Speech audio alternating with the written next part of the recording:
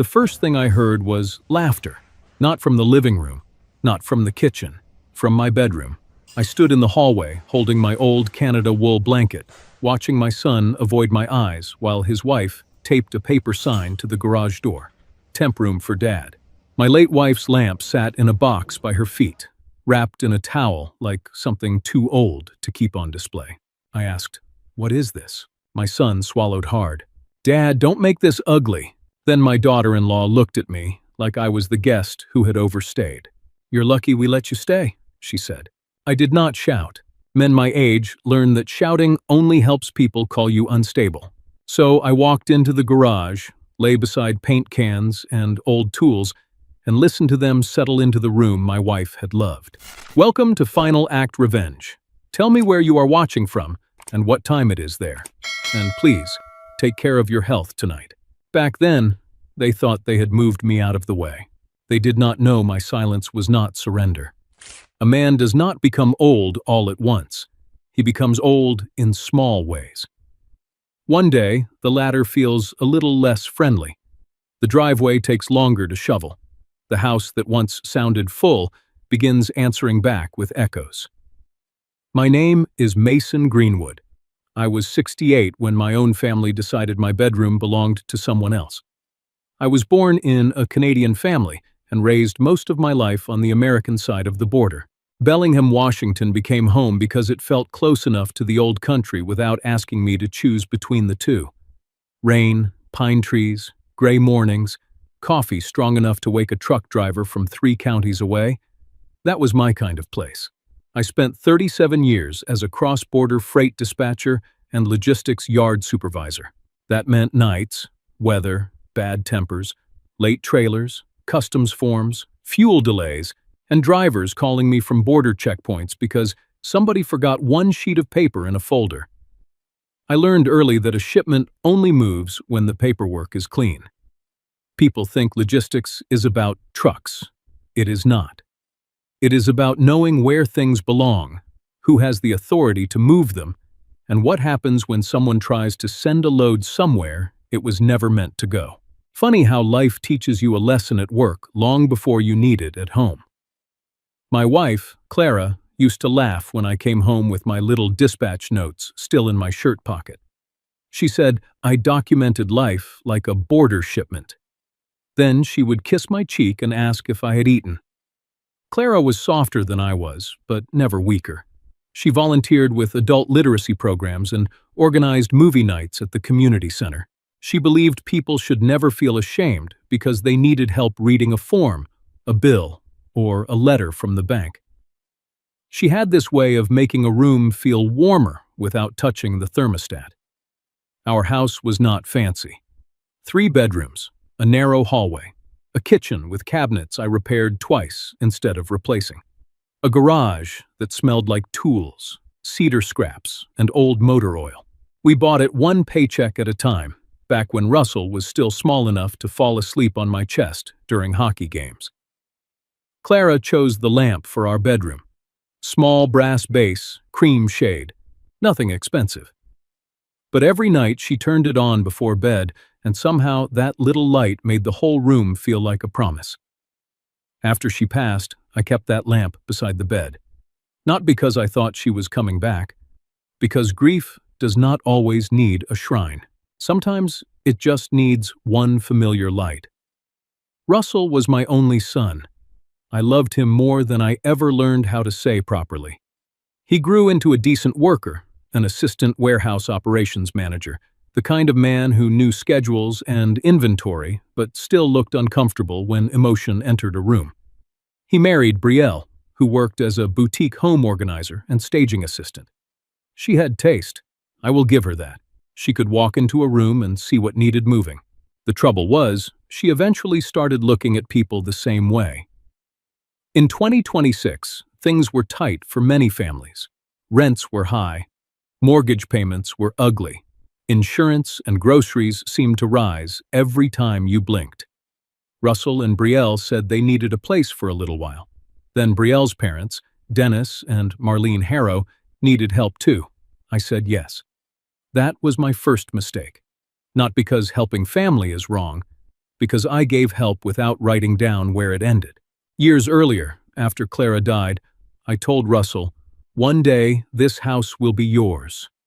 I meant someday. After I was done with it. After my knees could not handle the stairs. After I chose what came next. But love is a dangerous language when greedy ears translate it. I said one day, "My son heard already," and once a man hears ownership before it is given to him, he starts walking through the house like the old owner has already left. At first, the changes were small enough to forgive. That is how people take space from you, not all at once. They move a chair. They clear a shelf. They say it is only temporary. Then one day you look around and realize your own house has started answering to somebody else. Brielle began with the refrigerator. She taped a printed schedule to the door and called it house flow. Breakfast times, laundry times, quiet hours, storage zones, guest comfort notes. She used soft colors and neat little boxes, the kind of thing that looked harmless if you did not understand what it meant. I stood there with a mug of coffee and read my life divided into sections. Russell came up beside me. "She's just trying to keep things organized," he said. "I kept this house organized for 30 years without labeling the people in it." He looked away. That became his habit, looking away. Dennis Harrow took my recliner 2 days later, not by asking, by settling into it with the confidence of a man who assumed comfort was something other people should move around him to provide. He kept the remote on the armrest and said my chair had good back support. I said, "It does." He smiled. "You picked well." As if the compliment made the theft polite. Marlene Harrow was quieter, more dangerous in some ways. She never pushed hard. She suggested. She adjusted. She smoothed. She carried things from one room to another and made every change sound like kindness.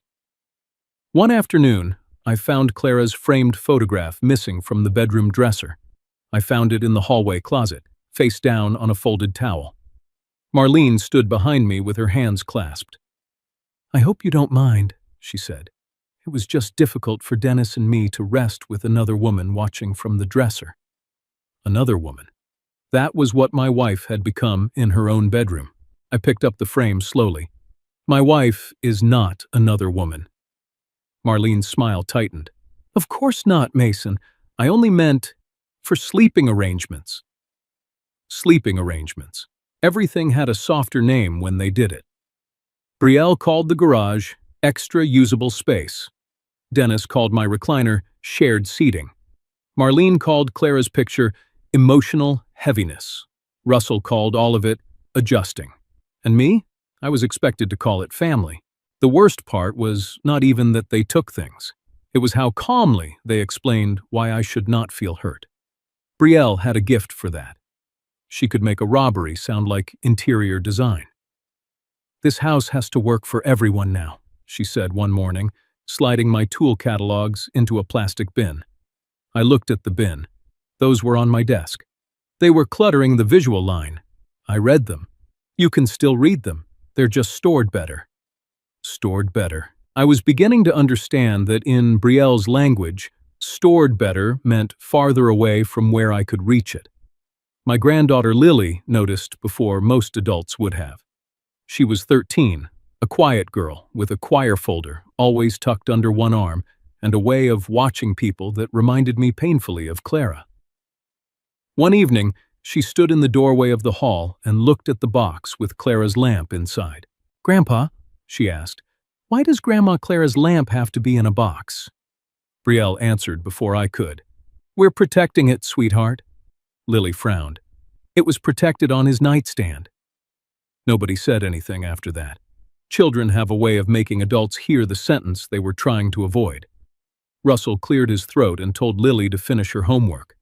I watched him do it. That was when I first saw the real problem with my son. He was not blind. He saw everything. He saw the way Brielle rearranged rooms without asking. He saw Dennis grow comfortable. He saw Marlene erase Clara one little object at a time. He saw me shrinking inside my own walls. But seeing is not the same as standing up.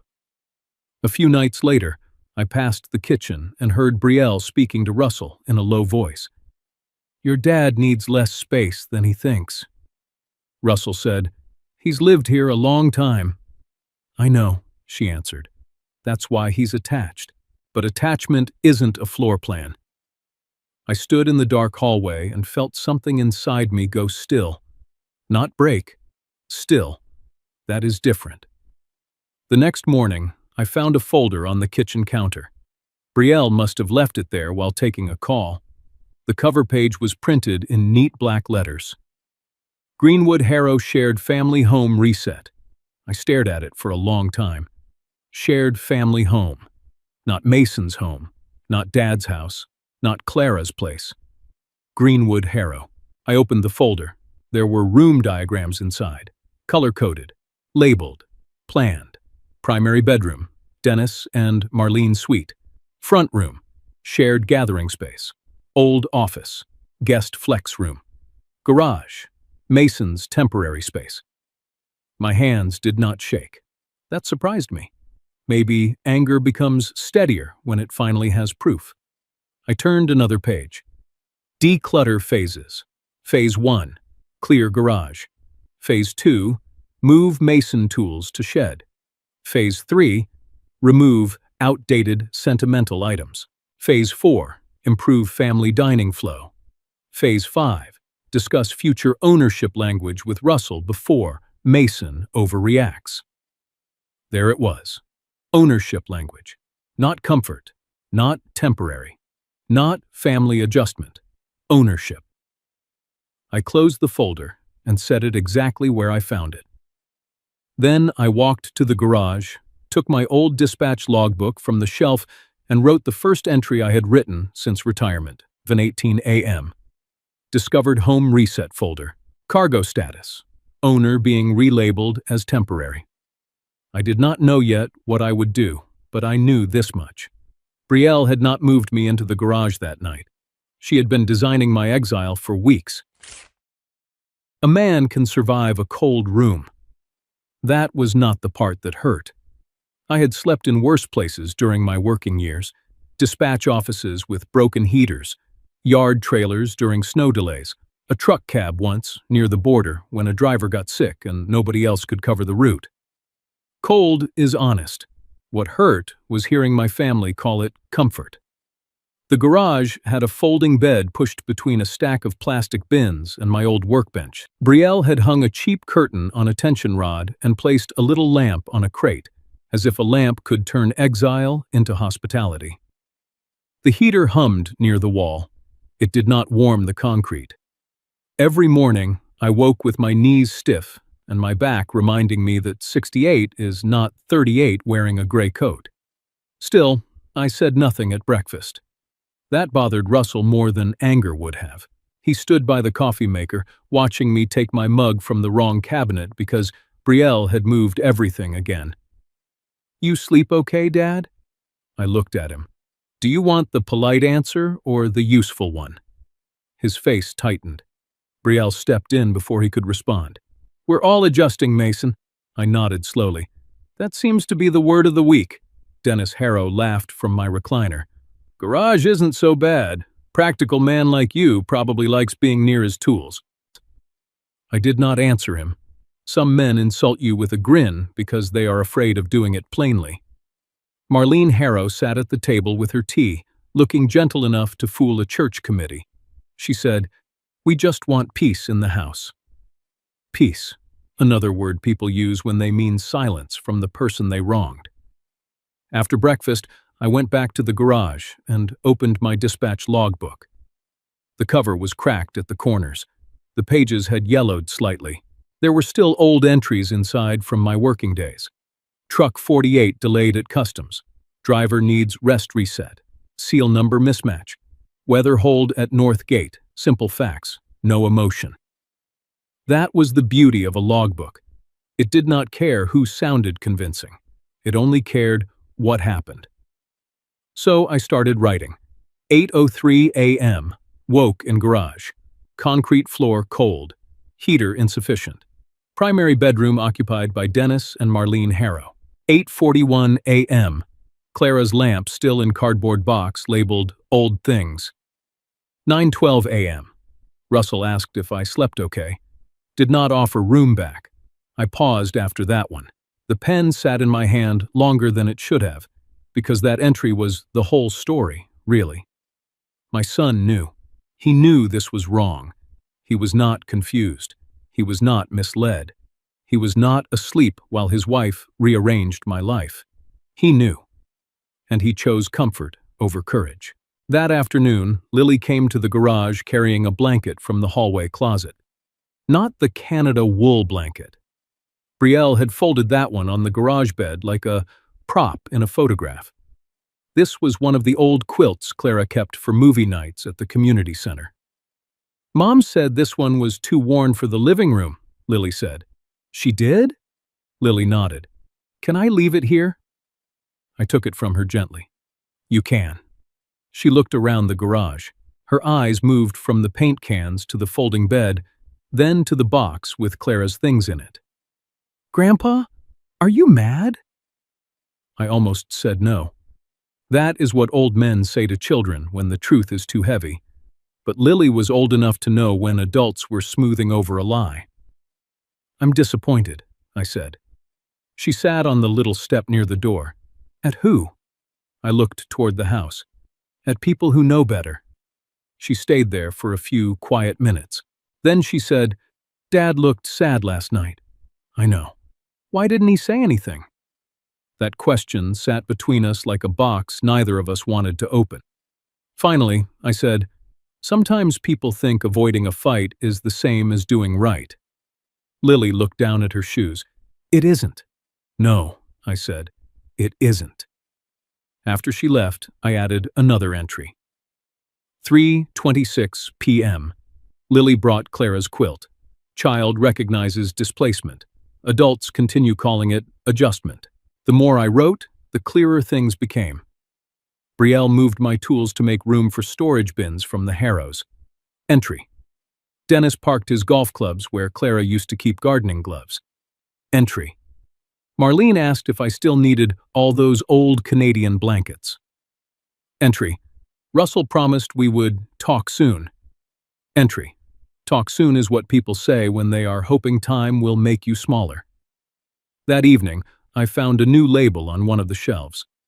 Mason, garage storage. Not Dad's things, not temporary. Storage. I stood there staring at that label for a long time. It is strange what finally reaches a man. Not the insult, not the lost bed, not even the cold. A label. Because labels tell you what people have decided you are. I peeled it off slowly and placed it inside the dispatch logbook. Then I wrote beneath it, 6:58 p.m. Status changed from resident to storage without owner approval. The pen pressed so hard it nearly tore the page. That night, Russell came to the garage door. He did not step inside. Dad, he said, Brielle thinks you're taking this personally. I looked at the boxes around me. How else should a man take being moved out of his own bedroom? He rubbed his face. You always taught me family bends. I taught you family makes room, I said. Not that one man gets folded until he fits in a corner. For a second, I saw my son. Not Brielle's husband, not Dennis and Maurice. And Marlene's host. My son. He looked ashamed. Then Brielle called his name from inside the house, and he turned away. That was the moment I stopped waiting for him to find his spine. I closed the logbook and set it under Clara's boxed lamp.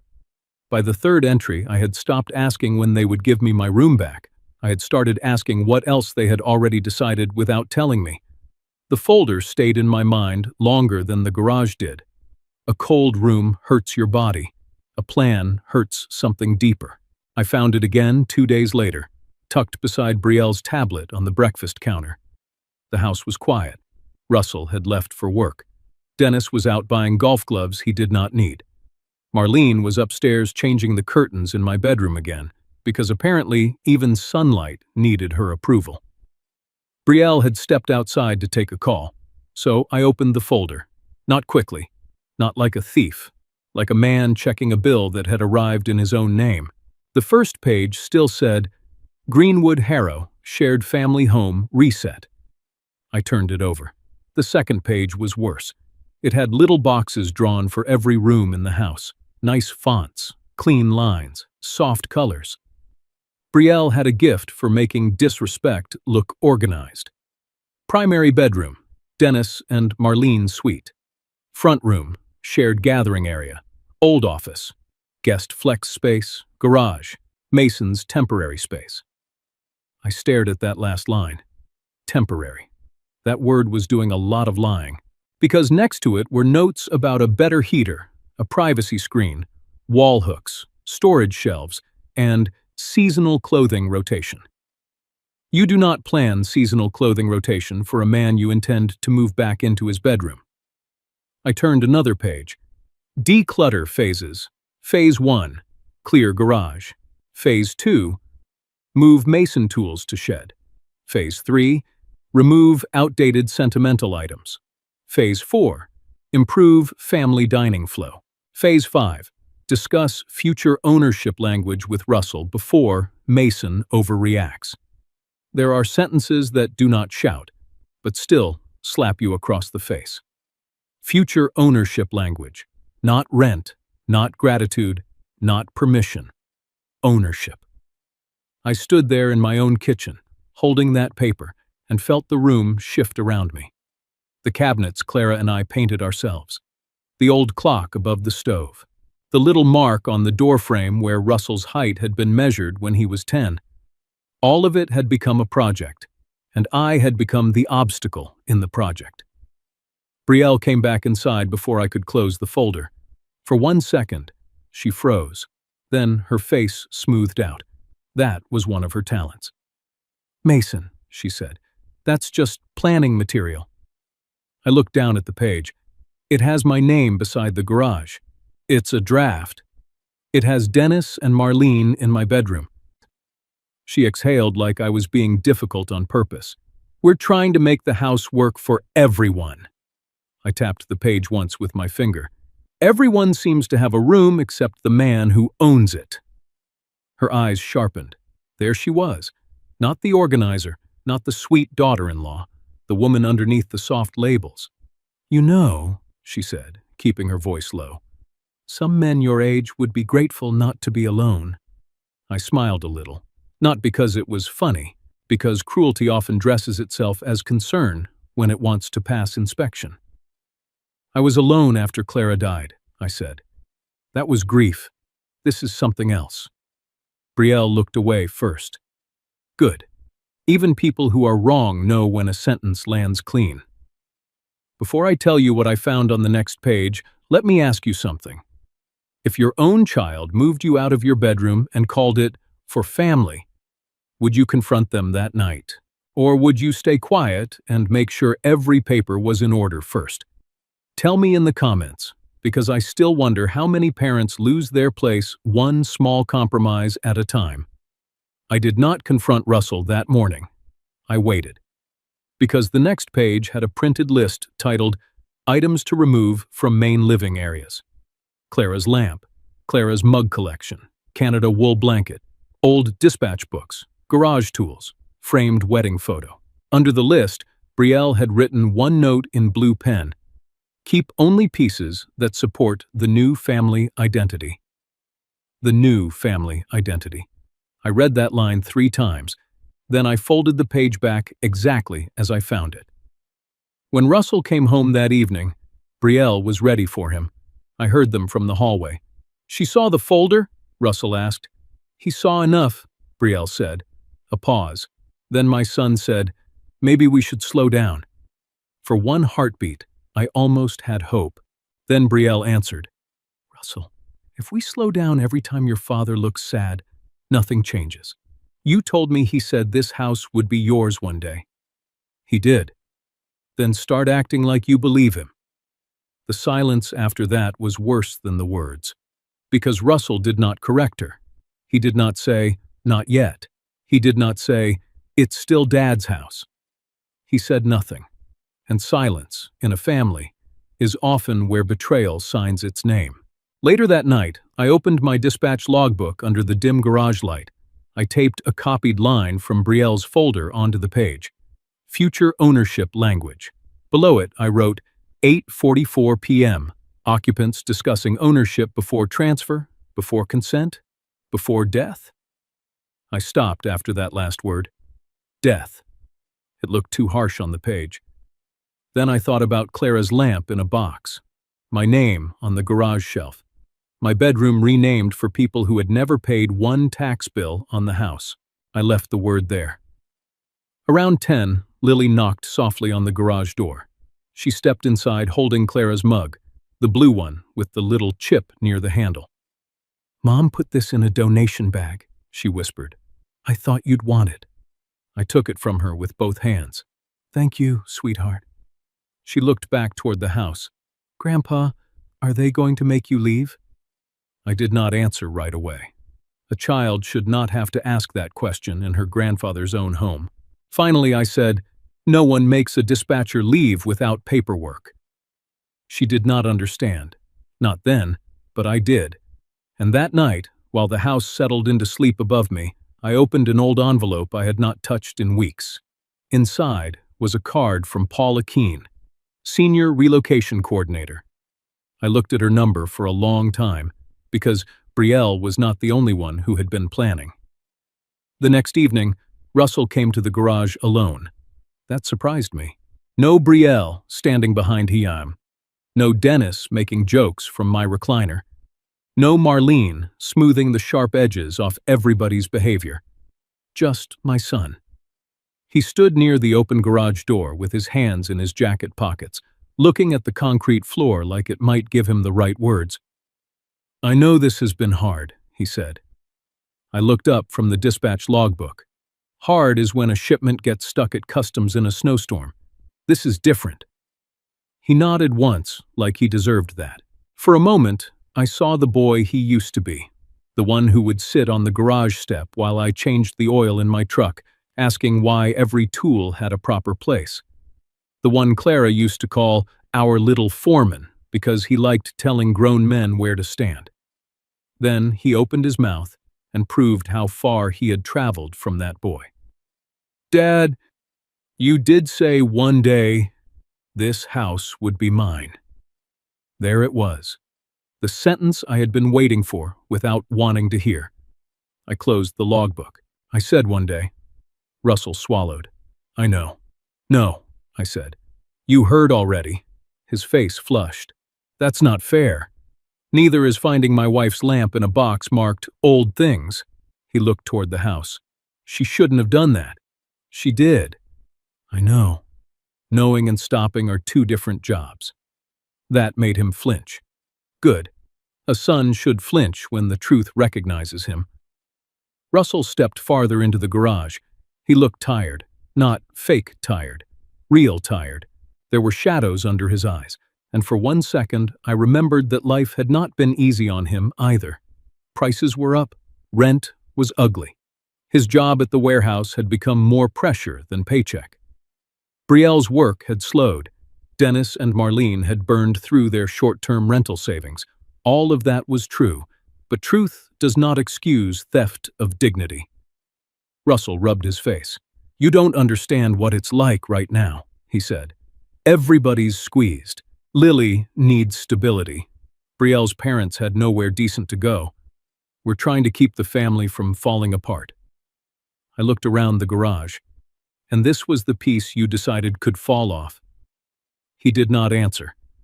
Outside, rain tapped against the driveway. Bellingham rain, thin, steady, patient. The kind that gets into everything if you give it enough time. Russell finally said, "Dad, family sacrifices." I stood slowly. My knees complained, but I stood anyway. "I did sacrifice," I said.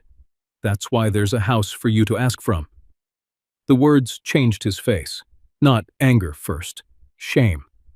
Then Brielle's voice came from inside.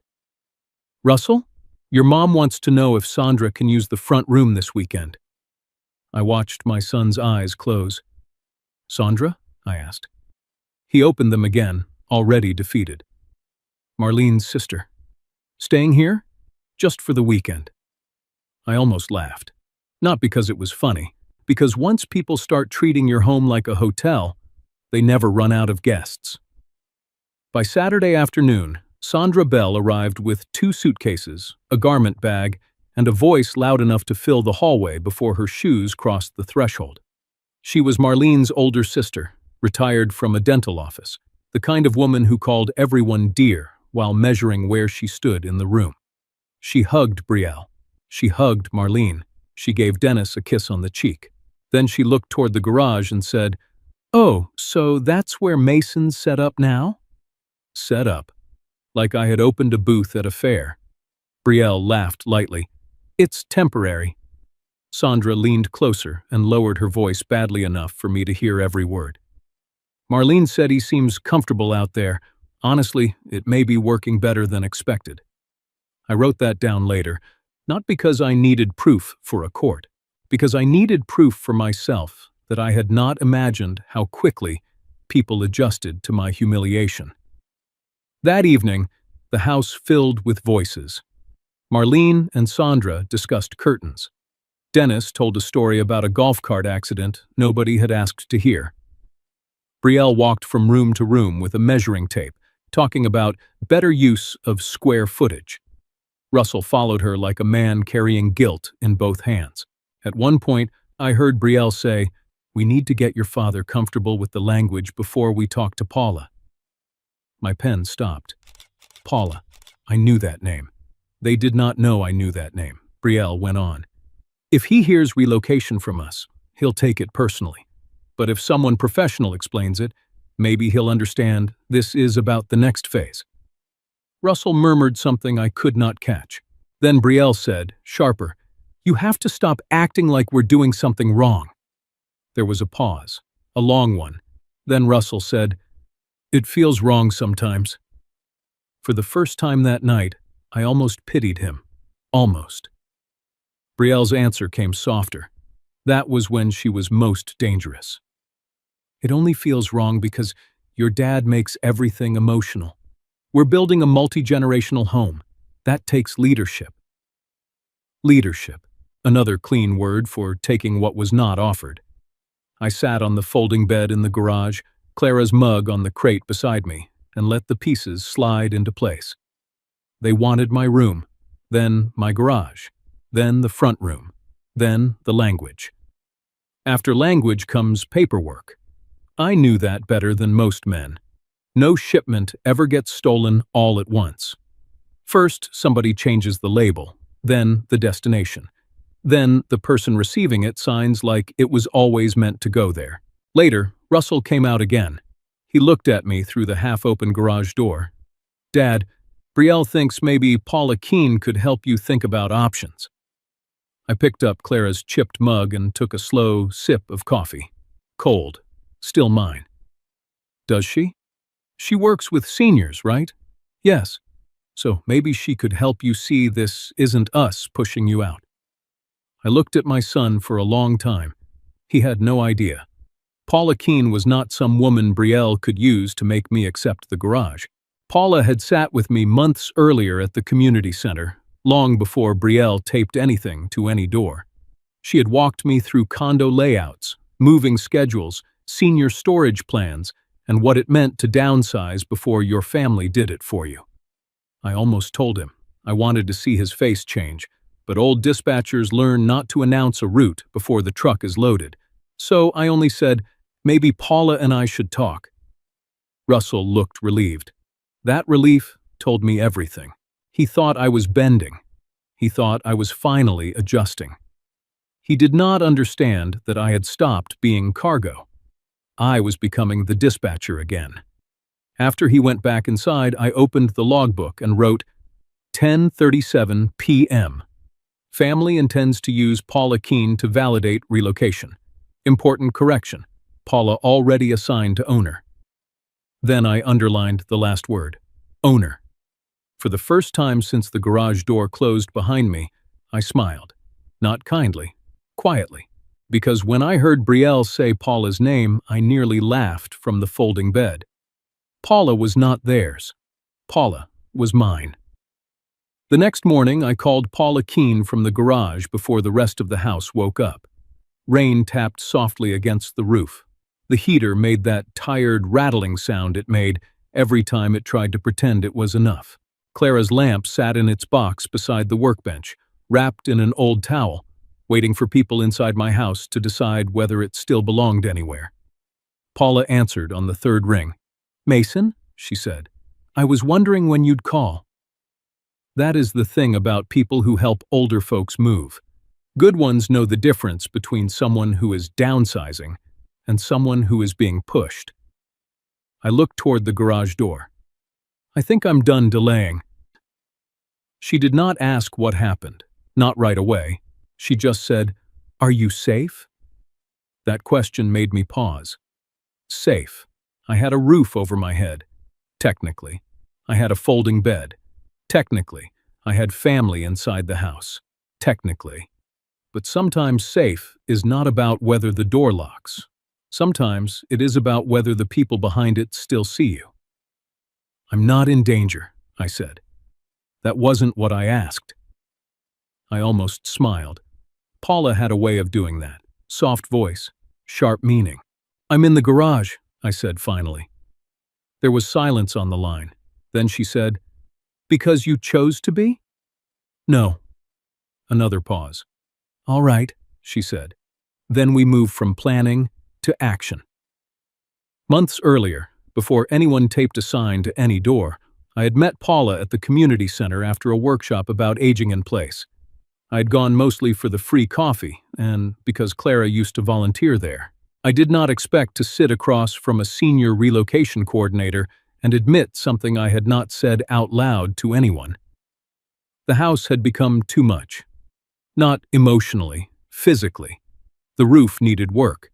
The estimate sat at $18,600, and that was before they found whatever else old roofs like to hide. Homeowners insurance had climbed again. Property taxes had done what property taxes always do, which is arrive wearing a polite envelope and carrying bad news. The stairs bothered my knees. The yard took 2 days instead of 1, and some nights, after Clara was gone, I would stand in the hallway and realize the house was not full of memories. It was full of rooms I no longer entered. Paula did not push me then. That was why I trusted her.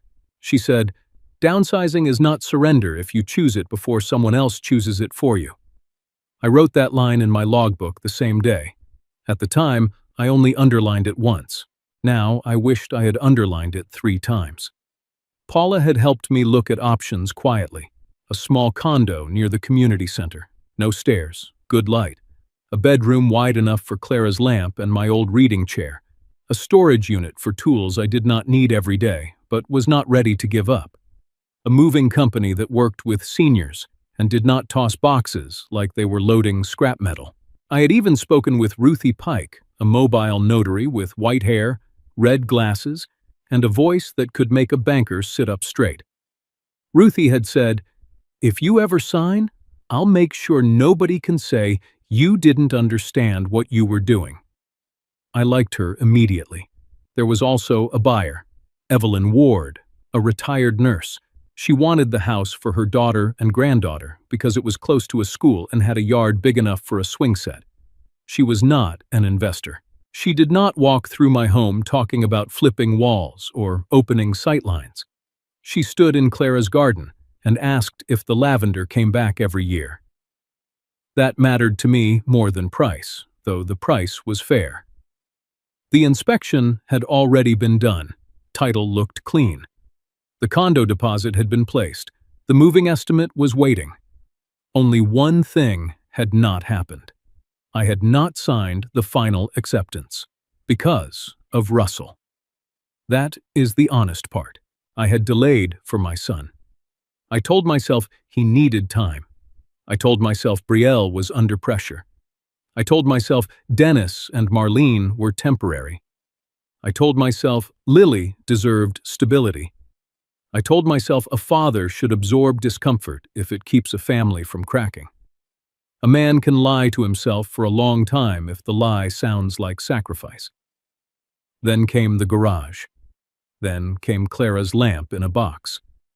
Then came the words, Mason's temporary space, written like a label on a storage shelf. Paula listened while I told her enough. Not all of it, enough. When I finished, she said, Mason, I need to ask clearly. Are you selling because they hurt you, or because you already decided the house no longer serves your life? That was the right question. A revenge story sounds simple from the outside. Somebody does wrong. Somebody pays. Life is messier. I looked at the concrete floor, at the blanket Lily had brought me, at the box marked Old Things, where Clara's mug had almost ended up. I was already leaving, I said. They just helped me stop feeling guilty about it.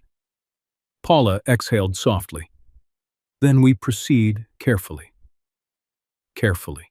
That word was clean in her mouth, not like Brielle's careful, where every soft phrase had a hook in it. Paula meant law, timing, documents, notices, dignity. The things that keep a choice from becoming chaos. She reviewed the steps. Ruthie could come early with the notary packet. Evelyn's side could receive signed acceptance through the closing coordinator. The moving company could prioritize my personal items first. The condo could be ready within days. Any occupants would receive written notice according to local requirements. Nobody would be dragged into the rain. Nobody would be put on the curb without paper. Lily would not be punished for adult failures. But nobody in that house would be allowed to turn my delay into their ownership. That was the line. I asked, What about Russell? Paula's voice softened. What about him? He'll say I did this out of anger. Did you? I looked toward the inner garage door. Behind it, I could hear faint sounds of the house waking. A cabinet closing, water running, someone laughing softly upstairs, my bed upstairs, my son's in-laws in it. No, I said. Anger would have sold to the first investor who made an offer. This is different. Yes, Paula said. It is. After we hung up, I sat there for a while with the phone in my hand. For the first time in days, the garage felt less like a cage and more like a loading dock. That may sound strange, but old habits stay with you. A loading dock is not where things end. It is where things get sorted before they leave. I opened the dispatch logbook and turned to a clean page. Prepared relocation history. Roof estimate. $18,600. Insurance increase. Filed. Property tax notice. Filed. Condo deposit. Confirmed. Buyer interest. Evelyn Ward. Inspection. Completed. Title review. Clean. Notary contact. Ruthie Pike. Relocation coordinator. Paula Keene. Owner consent. Pending final signature. I stared at that last line. Owner consent. Not family pressure. Not shared home reset. Not one day. Owner consent. Mine. Later that afternoon, Brielle came into the garage carrying a laundry basket full of my clothes. She set it down by the bed like she was delivering hotel towels. We cleared more closet space, she said. For whom? For the house to function better. I looked at her. Does the house function better when the owner has less closet? Her mouth tightened. You keep saying owner like that settles every conversation. It settles this one. For a moment, something cold passed over her face. Then she smiled. You know, Mason, this is exactly why Russell gets overwhelmed. You turn every practical adjustment into a power struggle. I almost thanked her. She had just named the thing she was trying to win. Power. Not comfort. Not family. Power. When she left, I added one more entry. 2:18 p.m. Brielle confirms ownership language is viewed as a power struggle. Useful. That word made me smile. Useful. By evening, Russell seemed relieved. I could tell Brielle had told him I was coming around because I had agreed Paula and I should talk. He brought me soup in a mug and said, I'm glad you're being open-minded. I took the mug. I'm trying to be practical. He smiled at that. Poor boy. He thought practical meant I was learning to accept the garage. He did not understand that practical was the language I had spoken for 37 years. Practical meant clean paperwork, Practical meant confirmed authority. Practical meant knowing where every load was headed before anyone started the engine. After he went back inside, I pulled Ruthie Pike's envelope from the old metal toolbox beneath my workbench. Inside were copies of identification requirements, signing instructions, and one note in Ruthie's handwriting. Call when you are ready to sign. Morning is best. Fewer interruptions. I touched the note with my thumb. Morning is best. That felt right. The house would be asleep. Dennis would be snoring in my room. Marlene would have Clara's dresser covered with her lotions. Brielle would think her plan was working. Russell would think he had finally kept peace. And I would be at the garage table, with my license, my glasses, my logbook, and the last signature they never expected me to use. That night, after everyone in my house went to sleep in rooms they had assigned themselves, I opened Ruthie Pike's envelope again and saw the one page still waiting for my signature. By Sunday morning, the house smelled like pancakes. That was the cruelest part. Not the garage, not the folding bed, not even the note on the door. The smell. Butter warming in a pan, coffee brewing strong, bacon snapping on the stove. The kind of Sunday smell Clara used to create when Russell was little and still ran through the hallway in socks, shouting that he wanted the first pancake because the first one always looked funny. I stood at the garage sink, washing my face with cold water from a utility faucet, listening to my family laugh inside my house. Sandra Bell was still there. Of course she was. People who come just for the weekend often pack like they have already measured the closets. I had put on a clean shirt, combed my hair, and folded Clara's quilt at the end of the garage bed. I was not dressing up for them.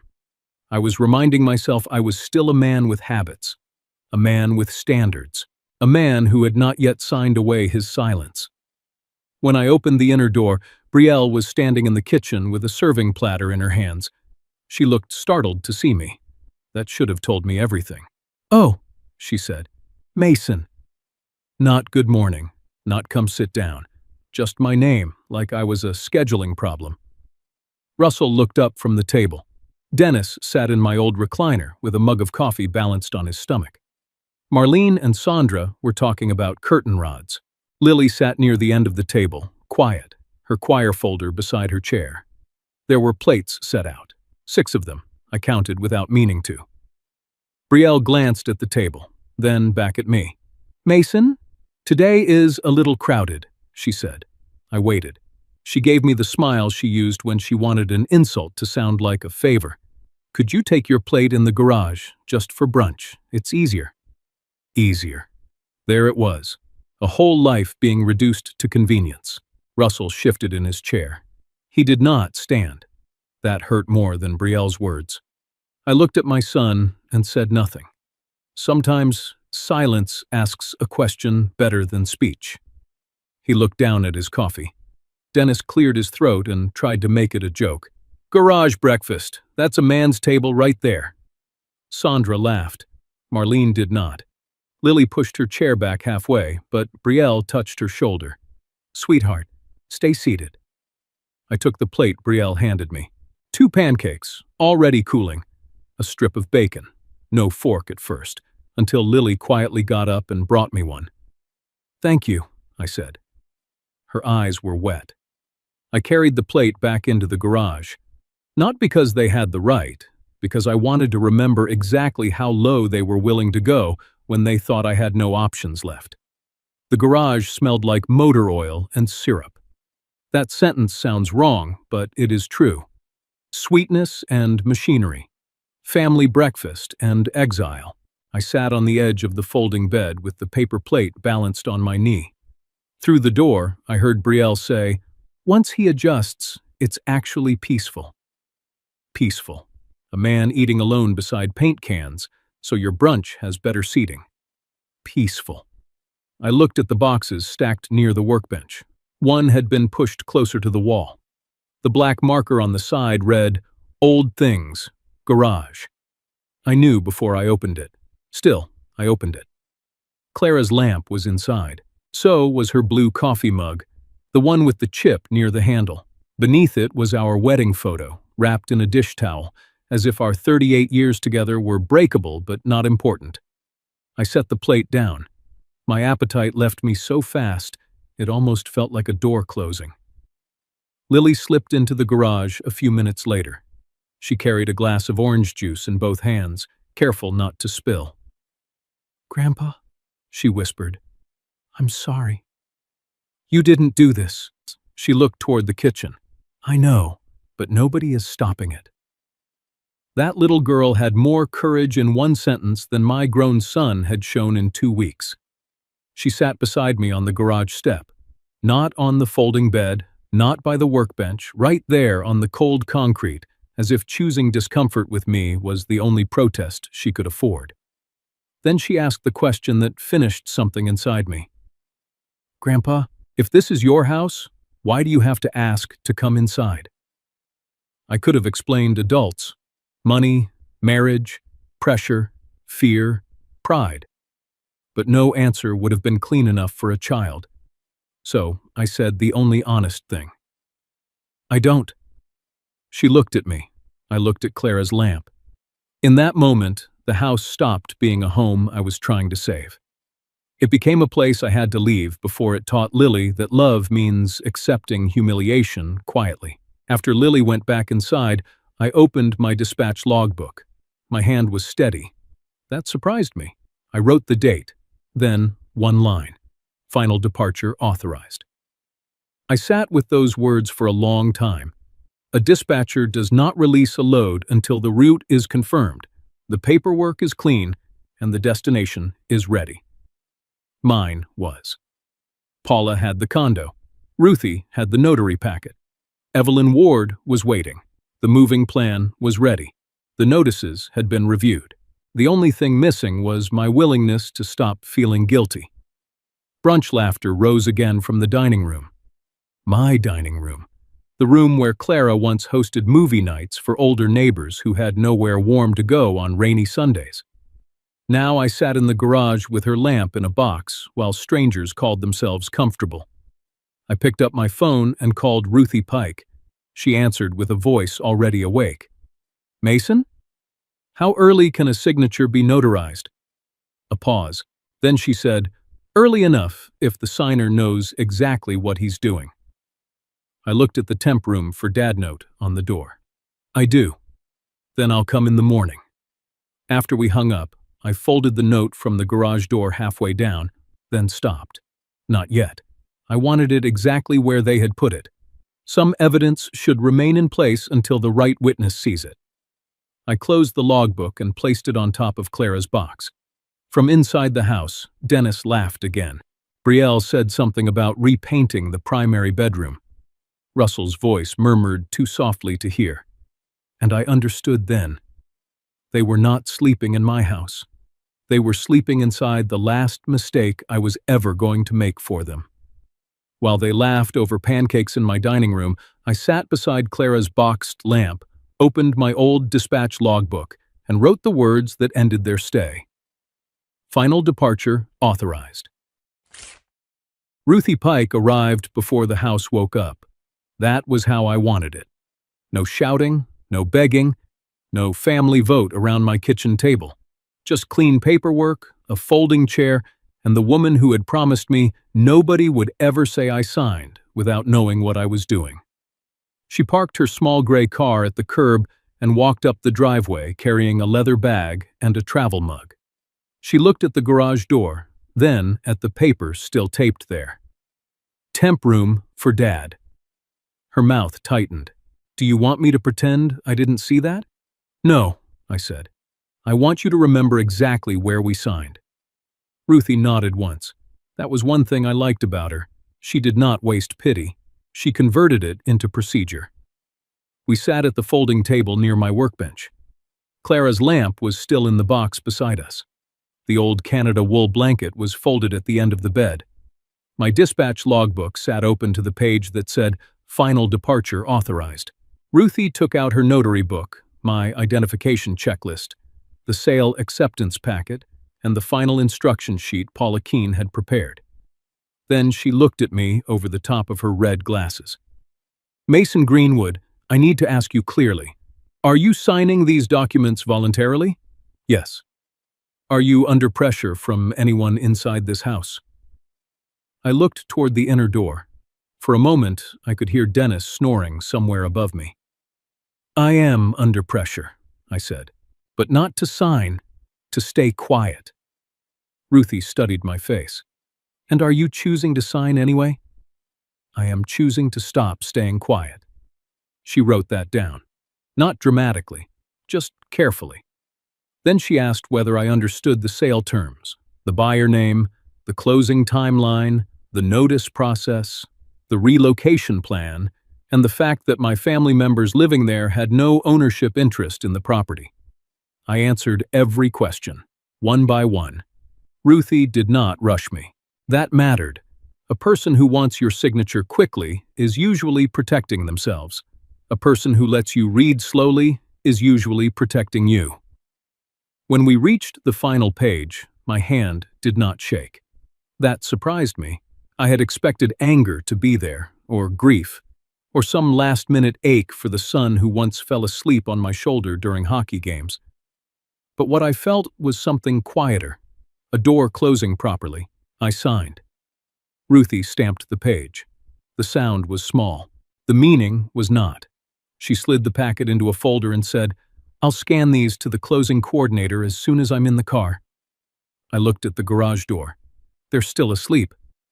Most people are, Ruthie said, gathering her pens, until paperwork wakes them. I almost smiled. Then my phone rang. Paula Keene. Her voice was already in motion. Mason, Evelyn Ward's side is ready. The signed acceptance can go over this morning. The condo manager confirmed your move-in window. Movers can prioritize your personal items first. Clara's things? Already marked separate, Paula said. Lamp, mug, photos, wool blanket, dispatch books, tools you identified, and the cedar chest. I closed my eyes for half a second. Thank you. There's more, she said. The written occupancy notices are ready. Legal aid reviewed the wording. Nobody is being thrown out today, but nobody can pretend this sale is waiting for their permission either. That sentence settled me, because I did not want chaos. I wanted the truth to arrive with a timestamp. Paula continued. Evelyn asked about the garden bench. The one Clara liked. Yes, she said if you want it, her family will help move it. I looked toward the dark shape of the backyard through the garage window. That bench had been where Clara sat during summer evenings, shelling peas into a bowl and pretending not to watch the neighbors. No, I said. Tell Evelyn to keep it. A house should have somewhere kind to sit. Paula was quiet for a moment. Then she said, Clara would like that. I did not answer right away. Some names still open a room inside you. After we hung up, Wayne Abbott knocked lightly on the garage side door. Wayne was my neighbor, retired postal carrier, a man who had delivered mail in worse weather than most people would drive through. He had seen enough over the past week. The first thing he said was, Well, Mason, I wondered when you'd stop letting them treat you like stored furniture. I let out a short breath that was almost a laugh. Morning to you too, Wayne. He stepped inside and looked around the garage. Need a witness for the movers? Need someone to make sure Clara's things don't get mixed with the Harrow circus. He nodded. Say no more. That was the thing about men like Wayne. They did not ask for the whole story when the boxes already told it. By then, the house had begun to stir. A pipe knocked in the wall. Someone flushed upstairs. A cabinet opened in the kitchen. The coffee machine started grinding beans Brielle had bought because my old coffee was too harsh. The house sounded normal. That was the strangest part. Upstairs, they still believed they were waking inside a place they controlled. They did not know the property had already shifted beneath them, not physically, legally. And in the end, that is the ground that matters. I opened my logbook and wrote, 6:41 a.m. Final sale acceptance signed in garage. Witness, Ruthie Pike. Owner coherent. Consent clear. Destination confirmed. Underneath, I added, occupants unaware. That line looked cold. Maybe it was. But cold can be clean when fire has only made smoke. Ruthie left first. Wayne helped me move Clara's box closer to the side door. Paula texted that the title courier would arrive later with the notice packet and a copy of the relocation inventory. The moving company had a window before noon. Everything had a time. Everything had a name. Everything had a place. That comforted me more than revenge did, because revenge without order is just another mess for someone else to clean. This was not that. This was a dispatch. For the first time since Brielle taped that note to my door, I could see the route. Out of the garage. Out of the argument. Out of the house that had stopped being safe for me. Not because the walls changed, because the people inside them did. A few minutes later, the inner door opened. Russell stood there in sweatpants, hair messy, face still soft with sleep. He saw Ruthie's tire tracks in the driveway. He saw Wayne standing near Clara's box. He saw the folder on my workbench. Then he saw me holding my pen. "Dad," he said slowly, "what's going on?" I closed the logbook. For a second, I almost told him everything right then. I almost gave him the warning he had not given me when Brielle moved my life into boxes. But I thought of the plate in the garage, the note on the door, Lily asking why I had to ask to come inside, Clara's lamp beside paint cans. So I only said, "Coffee first, Russell." He frowned. "What did you sign?" I looked past him toward the hallway, where Brielle's voice was calling his name. By the time the coffee machine finished upstairs, the house they had spent weeks rearranging had already begun leaving them on paper. By 9:30 that morning, the house had stopped pretending nothing was happening. The first knock came at the front door. Not family, not a neighbor, a professional knock. 3 firm taps, then silence. Brielle opened it wearing a robe and the expression of a woman who expected to control whatever stood on the other side. Paula Keene stood on the porch with a folder in her hand. Behind her were 2 movers in navy jackets, a closing courier with a document sleeve, and Ruthie Pike, looking as if she had already decided not to be intimidated by anyone's breakfast mood. Brielle stared at them.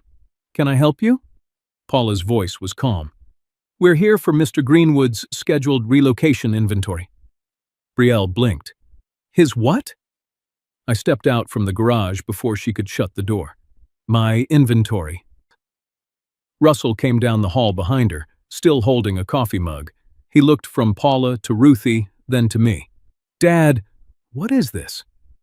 I held my dispatch logbook under one arm. "A properly scheduled departure." Dennis appeared from the living room, adjusting his collar like a man about to supervise somebody else's business. "Now hold on," he said. "Nobody told us there'd be movers." "That's correct," I said. He frowned. "You think that's funny?" "No, I think it's accurate." Marlene came down the stairs in slippers, and Sandra followed close behind, whispering something that stopped the moment she saw the people at the door. Brielle's face tightened. "Mason, if this is about yesterday, you are being dramatic."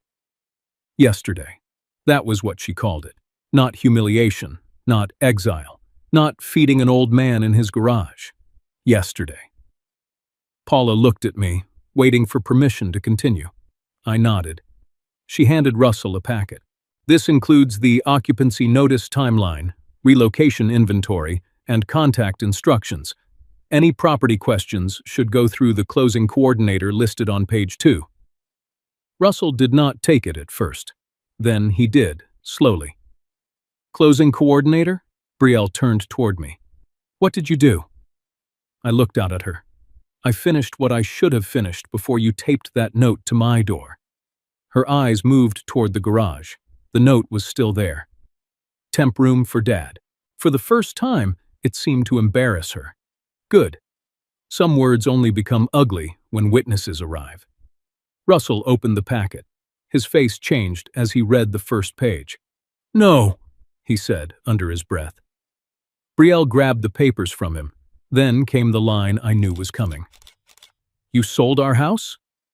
I let the silence sit for one full breath. Then I said, "No, I sold mine."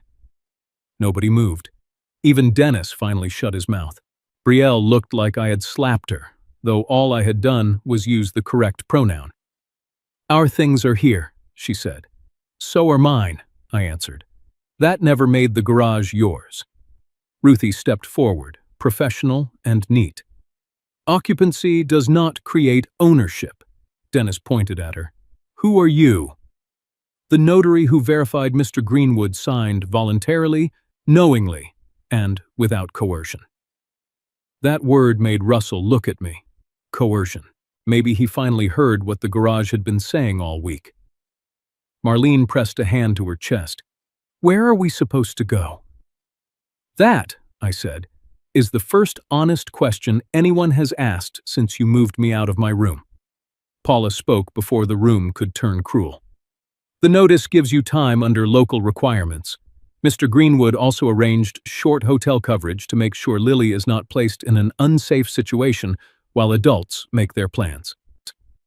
Lily appeared at the hallway entrance then, her choir folder hugged to her chest. I softened my voice. "Your school things are safe, sweetheart. Paula has your folder listed separately." Her eyes filled. "Are you leaving, Grandpa?" "Yes." "Because of me?" "No." I looked at every adult in that room before I answered the rest. "Because of them."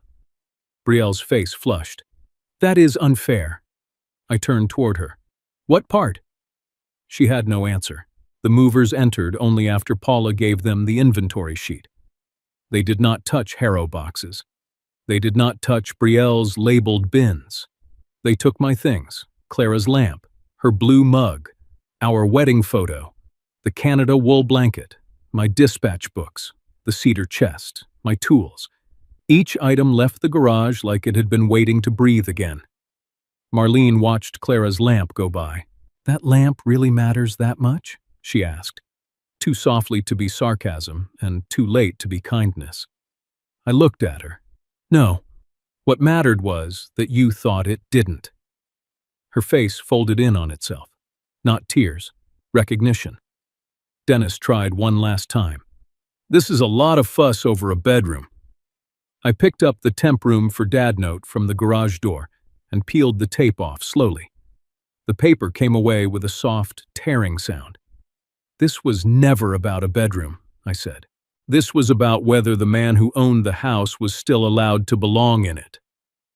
Russell sat down at the kitchen table. The same table Clara and I had bought used when he was 4. He was reading the dates now. The roof estimate, the condo deposit, the inspection, the buyer paperwork, the relocation planning. His voice went quiet. "You were already planning this?" "Yes." "Before the garage?" "Yes." He looked up then, and I saw the part that hurt him most. He could not tell himself I had acted in one angry moment. The papers would not let him. "Why didn't you tell me?" "I was going to," I said. "Then you gave my room away before I could." Brielle whispered, "We thought you needed less." I shook my head. "No, you needed more. So you decided I should become smaller." That was the sentence that ended the argument. Not because they agreed, because there was nothing clean left to say against it. Paula handed me the final inventory copy.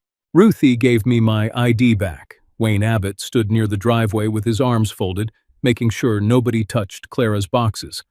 I walked to the kitchen counter and placed my house key there. Not all the keys, just that one, the old brass key I had carried for years. Russell stared at it. "You're really doing this?" "I already did." Brielle started crying then, but I had learned something by then. Tears can be grief. They can also be surprise that consequences arrived. I tucked the temp room for dad note into my dispatch logbook, below the line that said, "Final departure authorized." Then I wrote one more sentence. Delivery completed. Owner released property. When I closed the book, Russell looked at me like he finally understood. I was not selling the house to punish him. I was selling it because he had turned me into a guest in the only place I had left to call home. 6 weeks later, I woke up in a bedroom that no one else had assigned to me. That sounds like a small thing. It was not. My condo was modest. 1 bedroom, 1 bathroom, a little kitchen, and a window that looked toward the community center parking lot. No big yard, no long hallway, no garage full of old tools. But Clara's lamp sat on the nightstand. Every evening I turned it on before I went to sleep. Not because I was trapped in the pis, because I had learned that a man should keep one light that reminds him who he was before other people tried to rename him. Russell called many times after the move. I did not answer at first. That was not cruelty, it was recovery. Some wounds need quiet before they can decide whether forgiveness is safe. Brielle sent one message through Russell, saying they were overwhelmed and didn't know where to go next. I did not respond. Dennis, Marlene, and Sandra never contacted me directly, and that suited me fine. They had been guests once. That did not make them family forever. Russell and Brielle eventually rented a smaller townhouse farther from Lily's school. It was inconvenient, expensive, humbling. I did not celebrate that, but I did not fix it either. That is an important difference. For too many years, parents like me confuse love with rescue. We step in, pay the bill, give the room, move our chair, swallow the insult, and call it peace. But peace that requires one person to disappear is not peace. It is surrender with nicer curtains. When I finally spoke to Russell, I gave him conditions, clear ones. No more, "I'm sorry you felt hurt." No more, "We were under pressure." No more blaming the housing market, his in-laws, or Brielle's plans. If he wanted a road back to me, he had to tell Lily the truth, that he allowed his father to sleep in the garage of a house his father owned. He had to say the words, "I was wrong." He had to attend one workshop at the community center about elder housing dignity, and he had to understand that no money from the house sale would be used to solve problems created by disrespect. He cried when I told him that. I let him cry. But I did not soften the line. Brielle was not allowed to contact me about property, proceeds, furniture, Clara's belongings, or housing help. If she ever wanted to apologize, she could write a letter. I made no promise to answer it. As for the Harrows, that door stayed closed. A month after I moved, Nancy Duval at the community center helped me start something small with part of the sale proceeds. We called it the Clara Greenwood Warm Room Fund. It helped older adults check whether a bedroom, basement, or converted garage was actually safe to sleep in. It helped pay for heaters, blankets, minor repairs, and downsizing advice. We also started a class called Before You Move In with Family. People laughed at the title. Then they stayed for the whole meeting. At the first workshop, I placed the folded "Temp Room for Dad" note on the table. I did not mention Russell's name. I did not need to. I simply said, "A room is not just where you sleep. Sometimes it is where your family admits whether you still matter." The room went quiet after that. Then an older woman in the back raised her hand and asked, "What if they say it's only temporary?" I looked at her and said, "Then ask them to write down when temporary ends." That is the lesson I carry now. Do not let vague love replace clear boundaries. Do not let family use your kindness as a lease. And never believe you are selfish for wanting dignity in the home your own hands helped build. I sold the house, yes. But what I really took back was not the property. It was the right to decide where I belonged. Thank you for watching and sharing this story with me today. Please let me know in the comments where you are watching from and what time it is there right now. If this story moved you even a little, please subscribe to Final Act Revenge. Another story is waiting for you on your screen right now. YouTube thinks you will enjoy that one too, so please take care of your health, drink some water, rest your eyes when you need to, and enjoy the next story.